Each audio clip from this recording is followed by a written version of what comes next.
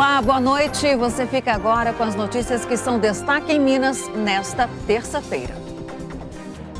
Acidente entre caminhão e 2 carros deixa 5 pessoas mortas e outras 4 feridas na BR-040 em Conselheiro Lafayette. Acidentes envolvendo ciclistas cresceram 12% neste ano na capital em relação ao ano passado. Prefeitura intensifica fiscalizações e multas para quem desobedece à lei do silêncio disparam na capital. Tribunal Regional do Trabalho em Belo Horizonte realiza a Semana da Conciliação Trabalhista para agilizar processos. Mais informações sobre essas e outras notícias a partir de agora.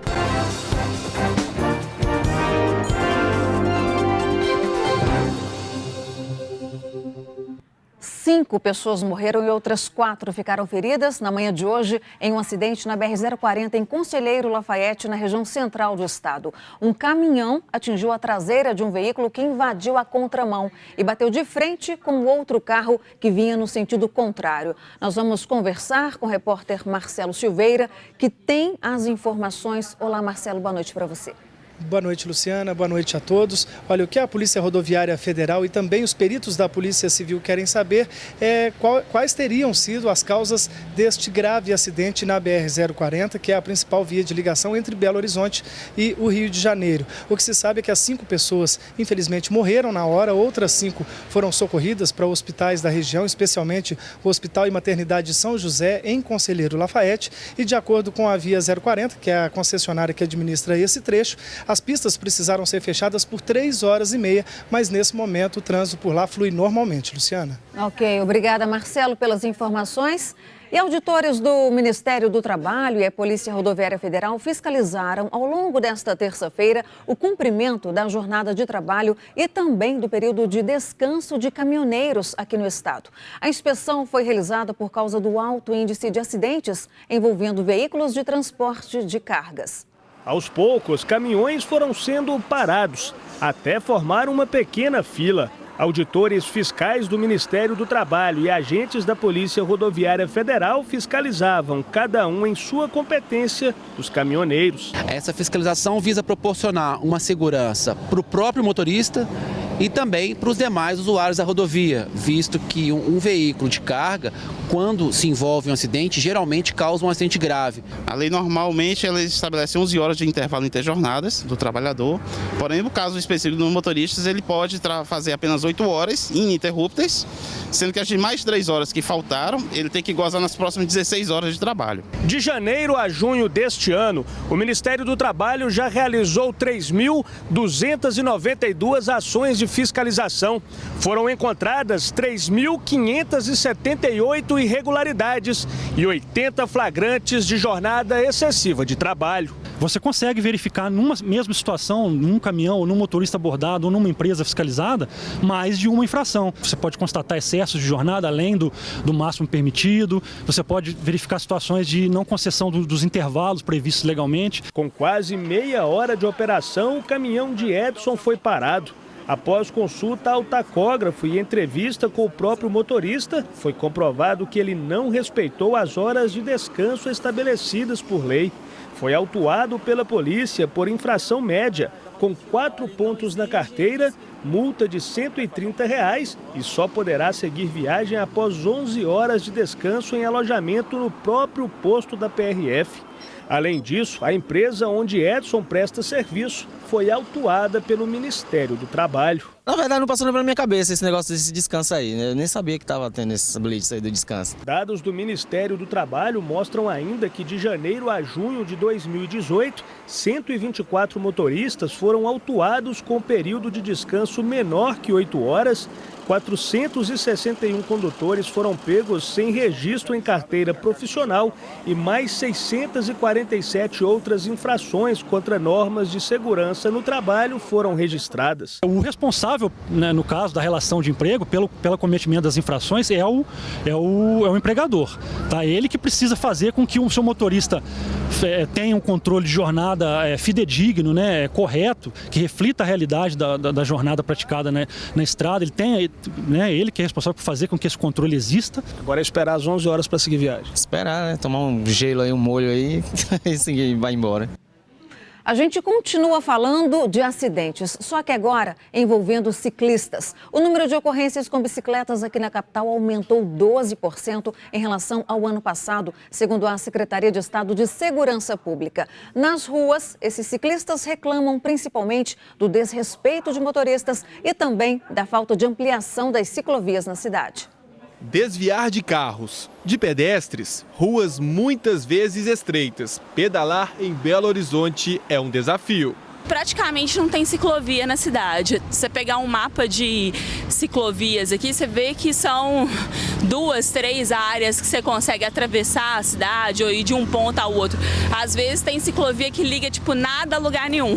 Insegurança, desrespeito que faz vítimas. Luiz Felipe Marques tinha 19 anos. Morreu depois de ser atropelado por um motorista na região da Pampulha. Para lembrar o fato, uma bicicleta pintada de branco, adornada com flores e um cartaz de protesto foram colocados no local. Este movimento mundial é chamado de Ghost Bike. Sempre que possível, né, a gente pega a bicicleta do próprio acidentado, pinta de branco e tal, e coloca naquele lugar para alertar, olha, aqui uma vida humana, né, toda a vida humana é valiosa, foi perdida. Vamos tomar atenção, motorista, vamos poder público melhorar o tratamento das vias. Pedro também sofreu um acidente enquanto andava de bicicleta. Foi no centro de Belo Horizonte em maio. Quem viu o acidente falou que o carro atravessou o cruzamento sem frear no sinal e me acertou de lado e eu passei por cima da bicicleta. E o carro que vinha atrás de mim, no caso, ele que conseguiu ter uma reação rápida e frear e segurar o resto que estava vindo atrás, senão todo mundo tinha passado por cima. No João 23, o que o médico disse foi que se você tivesse sem capacete, provavelmente você teria falecido, porque eu tive 3 batidas de cabeça no chão, sequência. Foi sem socorro do atropelador, que simplesmente saiu e foi embora. O publicitário teve perda de memória transitória e várias fraturas. Nos 2 primeiros meses eu tive problema de equilíbrio na bicicleta. Há algum tempo eu tive dor de cabeça forte. E uns desligos também, estava conversando e desligava e voltava. E voltar a pedalar tem sido um trabalho diário, volta um pouquinho, treina em casa agora, usa um rolo de treinamento em casa, porque dá um pouco de receio ali do trânsito de BH. Segundo a Secretaria de Estado de Segurança Pública, o número de acidentes envolvendo ciclistas tem aumentado em Belo Horizonte. Só neste ano, entre janeiro e agosto, foram registradas 156 ocorrências, um aumento de 12% em relação ao ano passado e 18% em relação a 2016. A bicicleta tem que dividir o espaço com os veículos na via, né? Então tem que haver o quê? Uma conscientização mútua de respeitar as normas de trânsito contidas no Código de Trânsito e utilizar alguns equipamentos, principalmente o capacete de segurança, né? E a bicicleta tem alguns equipamentos, que é a campainha, a sinalização noturna dianteira e traseira nos pedais e o espelho retrovisor do lado esquerdo. E é importante lembrar, o desrespeito dos motoristas aos ciclistas pode ser considerada uma infração média ou grave. O Código de Trânsito ele fala que os veículos, ao passar, né, ou ultrapassar uma bicicleta, tem que manter a distância lateral de 1,50 m, né? E ali que está respeitando o espaço para que aquela pessoa que esteja conduzindo a bicicleta fique segura de estar fazendo aquilo ali, né, deslocando com segurança. É importante lembrar que ao ultrapassar uma bicicleta no trânsito, é preciso estar a uma distância lateral, então, de pelo menos 1,50 m do ciclista. O motorista que infringir a lei pode ser multado em R$ 130,16 e perder 4 pontos na carteira. Deixar de reduzir a velocidade do veículo durante a ultrapassagem também é proibido. A infração é grave, com multa de R$ 195,23 e 5 pontos na carteira. Um prédio abandonado na Rua da Bahia, no bairro de Lourdes, aqui na capital, se transformou em um ponto de usuários de drogas. Isso tem preocupado moradores do local que reclamam da sensação de insegurança e do aumento da criminalidade. O prédio fica na esquina da Rua da Bahia com o professor Antônio Aleixo, a um quarteirão da Praça da Liberdade. Pelas placas existentes no local, o imóvel parece já ter sido sede de órgãos do governo. Segundo os moradores, há cerca de 1 ano, o prédio foi abandonado e, desde então, virou alvo de vandalismo e se tornou ponto de usuários de drogas. A gente tem aqui na rua um histórico de carros com vidros quebrados, isso sempre no período final da tarde, madrugada, pessoas assaltadas aqui. Infelizmente, existe alguma insegurança. A gente percebe que a polícia até tenta se colocar como presente, mas não funciona muito. E essa situação agravou essa sensação de insegurança. O vídeo gravado esta semana pelo Gustavo mostra os bombeiros saindo do prédio. Eles teriam sido chamados por conta de um princípio de incêndio. Por meio de nota, a Prefeitura da capital informou que o prédio não pertence à administração pública. Disse ainda que o proprietário do imóvel recebeu no início deste mês uma multa por falta de laudo técnico da obra de reforma e também pela colocação de tapumes sem uma licença prévia. Dona Sônia mora ao lado do imóvel e se sente insegura com a situação do prédio abandonado. Ela precisou mudar a rotina por causa do medo. A gente fica muito tensa para sair à noite e é perigoso. Eu tive que gradear a minha casa, a parte de cá, por causa de medo. O que todos por aqui esperam é uma solução definitiva. É uma região que acaba sendo visada, né? Pelo prédio e pela própria localização. Enfim, a gente aqui tem essa sensação de segurança. O que a gente pede é realmente que haja uma providência para solucionar esse problema de maneira mais definitiva. A Polícia Militar disse, por meio de nota, que intensificou o patrulhamento lá na região, resultando inclusive em prisões de suspeitos de crimes contra patrimônio e pedestres. Você sabia que pode requisitar uma vistoria em qualquer elevador aqui da capital? Se desconfiar que algo se você desconfiar que algo esteja errado, tá, com o equipamento, basta você ligar para 156, ir ao BH Resolve ou acessar o site da Prefeitura. Manutenção em dia é critério básico para evitar acidentes. Foi lançada uma cartilha aqui em Minas com orientações básicas sobre como manter os elevadores seguros. Joana passou por um susto em 2009. Ela sofreu um acidente em um elevador de um prédio localizado no centro de Belo Horizonte. É muito rápido. Se eu tivesse morrido, eu não tinha nem visto. Deu um sinal, né? Porque o letreiro dele todo apagou. Aí a gente ficou todo mundo ficou sem ação. A gente sabia que estava acontecendo alguma coisa, só não sabia que a gente ia cair. A rotina dela mudou completamente por causa das dores nos joelhos. Passou por cirurgia, se aposentou por invalidez. 9 anos depois do acidente, ainda faz fisioterapia. Nunca mais a gente tem uma vida normal, né? Eu comecei do zero de novo. Eu fui para cadeira de roda, fui para muleta, fui para andador, até firmar igual eu tô hoje. Um acidente que trouxe alguns traumas para a Joana. Ela evita andar em elevadores, por exemplo. Ah, não entro não, você tá ficando doido? De jeito nenhum. A manutenção dos elevadores deve ser feita regularmente, mas nem sempre é assim, segundo os especialistas. Eu vou conversar com o Marcelo Aguiar, que é conselheiro do CREA Minas. Muitas vezes a gente encontra elevadores fora dos padrões, né? Sim, infelizmente a gente ainda encontra empresas e síndicos e administradores que contratam empresas que trabalham fora das normas e legislação vigente. Por exemplo, aqui na parte interna do elevador, em relação aos demais, o que ele tem de diferente, ele é exemplo, por quê? Então, a gente já começa aqui pela acessibilidade, né? Um cadeirante, uma pessoa com dificuldade, com necessidade especial, ela já tem toda a autonomia de utilizar o elevador, onde a gente tem a altura adequada e ainda temos o sistema de braille e voice, né? Outro detalhe muito importante é o sistema de porta, que ele tem sensores que, ao fechar o elevador, ele não vai prensar a pessoa na porta, provocando um acidente. Agora a gente está em outro condomínio aqui em Belo Horizonte e vamos apresentar algumas situações que não estão dentro das normas, dentro da legislação vigente. Uma das adequações é a altura da botoeira para um portador de necessidade especial, a mudança da porta, ao invés de ser abertura manual, ser automática, né? Dentro de outras coisas, sistema de nivelamento, o braille, sinal sonoro e a altura adequada para um portador de necessidade especial ou cadeirante. Para evitar acidentes, em agosto deste ano, uma cartilha com 74 itens foi lançada pelo CREA Minas Gerais e pela Associação Brasileira de Engenheiros Mecânicos, com orientações básicas para segurança nos elevadores. Quem quiser um exemplar da cartilha pode solicitar na sede da Associação de Engenharia Mecânica Industrial de Minas Gerais, na Avenida Álvares Cabral, número 1600, no bairro Santo Agostinho, aqui em Belo Horizonte. Depois do intervalo, você vai ver que o Tribunal Regional do Trabalho em Belo Horizonte realiza a Semana da Conciliação Trabalhista para agilizar processos.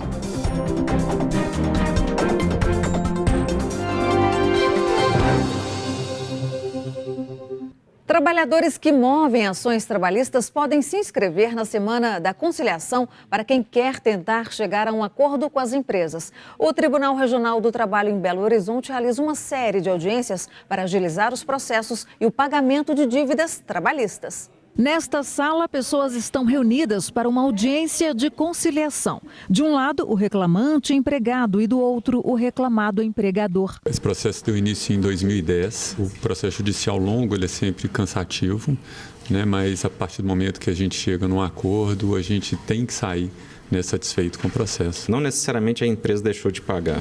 Ela pagou como ela interpretou, o judiciário interpretou de forma diferente, que resultou nessa demanda e nesse crédito que estamos resolvendo aqui hoje. Esse encontro entre os dois lados faz parte da 8ª Semana Nacional de Execução Trabalhista, que tenta garantir, além do maior número de acordos em processos na fase de execução, a efetividade do pagamento de dívidas trabalhistas por meio de leilões, quando, apesar da condenação, ainda não foi cumprida a decisão judicial. Desde que a reforma trabalhista entrou em vigor em novembro do ano passado, houve uma queda de 46% no número de processos envolvendo empregado e empregador.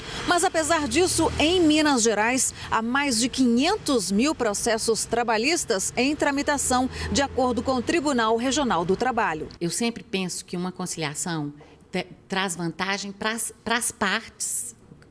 Isso é indiscutível. E para a Justiça, porque ela vai conseguir dar uma vazão aos processos. Somos vocacionados para a conciliação. A Justiça do Trabalho é vocacionada para a conciliação. Mas quando todo o Poder Judiciário volta os olhos dele para a conciliação, óbvio que isso vai trazer um benefício, porque todo mundo vai ficar pensando na conciliação. É mantra, vamos conciliar, sempre vale a pena. Só na capital mineira estão previstas 800 audiências nesta semana. O mutirão também se estende a todas as varas do trabalho do interior de Minas. Os interessados no processo de conciliação ainda podem fazer a inscrição no site trt3.jus.br e clicar no ícone Quero Conciliar. Setembro é o mês mundial de prevenção ao suicídio. O assunto já foi um tabu muito maior na sociedade, mas ainda é tratado com distanciamento. Entidades fazem campanha para que as pessoas falem sobre o assunto porque acreditam que essa seja a melhor solução para ajudar quem precisa. E esse é o tema do comentário de hoje de Paulo Navarro. Olá, amigos. Vamos falar de um papo sério hoje. Vamos falar de suicídio. Melhor, falemos do combate ao suicídio. Artistas se mobilizam para engajar novos voluntários para a campanha do CVV. CVV é o Centro de Valorização da Vida. Setembro é o mês de combate ao suicídio. Setembro marca o lançamento da campanha. Abre aspas, falar abertamente pode salvar vidas. Fecha. A estratégia escolhida foi o relato de artistas. O primeiro vídeo tem um depoimento da cantora Zizi Posse. Ela fala da importância dos voluntários no CVV e explica como as pessoas podem participar. Participar é aumentar a quantidade de voluntários. Voluntários que realizam os atendimentos gratuitos, que dão apoio emocional e prevenção ao suicídio. Gente, são mais de 2 milhões de atendimentos anuais e este número só aumenta. Daí a importância da campanha. Além dela, amigos e famílias devem ficar atentos aos sinais. Como sempre, o segredo é falar e mais, escutar, direcionar a pessoa para um tratamento especializado. Querem coisa mais importante que valorizar a vida? Começou a funcionar em Belo Horizonte uma sala de atendimento integrado para tirar dúvidas sobre o E-Social. No espaço, haverá atendentes da Receita Federal, Ministério do Trabalho, INSS e Caixa. O atendimento será realizado toda segunda-feira, de 1h30 às 5h30 da tarde. O agendamento é obrigatório pelo site portal.esocial.gov.br. Veja a seguir, multas por desobediência. Lei do silêncio, hein? Cresceram 56% no primeiro semestre deste ano, em relação ao mesmo período do ano passado, aqui na capital.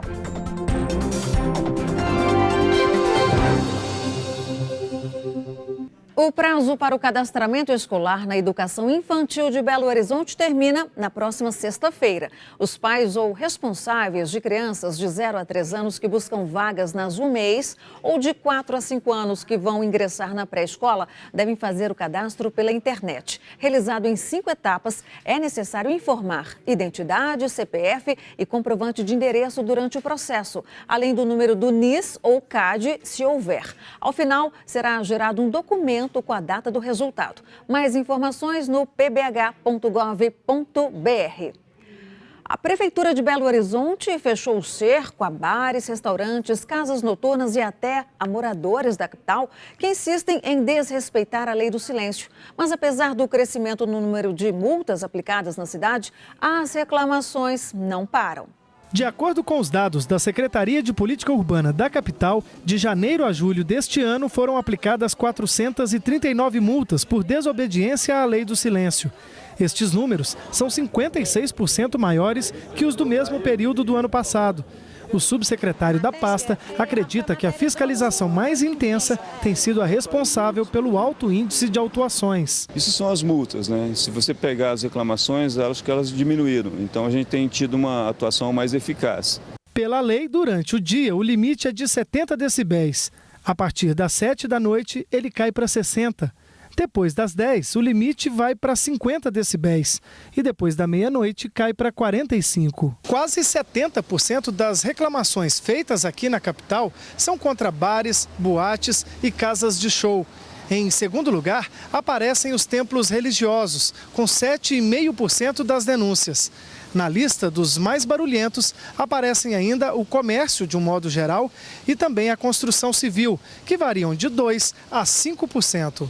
Recentemente, os moradores da Savassi colocaram uma faixa na rua Tomé de Souza, reclamando do barulho que eventos têm trazido à região. A Savassi é um bairro privilegiado de Belo Horizonte, sempre muito bem quisto por todos e procurado pelo turista que chega. A gente percebe que alguns eventos são perfis desse conceito de um distrito criativo muito bacana de Belo Horizonte.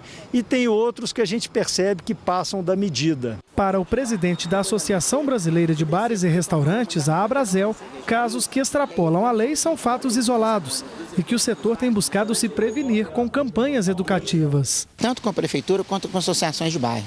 Então, sempre que possível, a Abrazel está à disposição para poder bater um papo com os moradores, bater um papo com a prefeitura, para que esse diálogo seja profícuo para as duas partes. Para chegar a um consenso, os fiscais atuam antes e depois dos eventos. A fiscalização, ela como face da administração pública, ela trabalha em 2 momentos, no antes e no pós.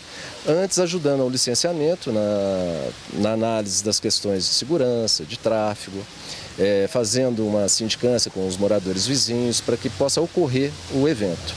E pós é uma análise que a Secretaria de Fiscalização faz, que pode gerar novas condicionantes, ver o que funcionou e o que não funcionou, buscando adequar então para que o evento possa ocorrer novamente.